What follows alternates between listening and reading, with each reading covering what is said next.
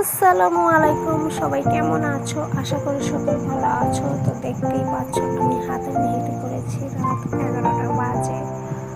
তো কারণ বিয়ে বাড়ি ছিল সেই কারণে। তো চলো আমি রেডি হচ্ছি।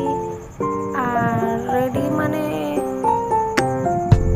হয়ে এসেছি। তো আগে ছেলেকে জামা কাপড় পরে দিয়েছি, পরে দিয়ে বলেছি বাবা তুমি নিচে নামবে না, তুমি ওপরে বসে থাকো। যেহেতু নতুন কাপড় চোপড় পরে আছে আর বাইরে বেরোলেই একদম কাচার খেয়ে ঘরে আসবে। এই সময় না এরকম প্রায় আমার সঙ্গে অনেকবার ঘটেছে।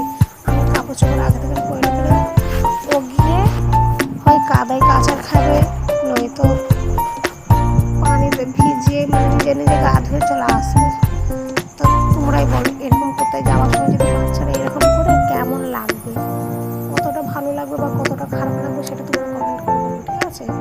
আর চলো আমি আর চুল আমি স্ট্রেট করছি। তো যেহেতু আমার চুল স্ট্রেট মেশিন ছিল, আমি কোনোদিন করি না, দু একবার করেছিলাম, কিন্তু অতটা সুন্দরভাবে চুল স্ট্রেট হয়নি।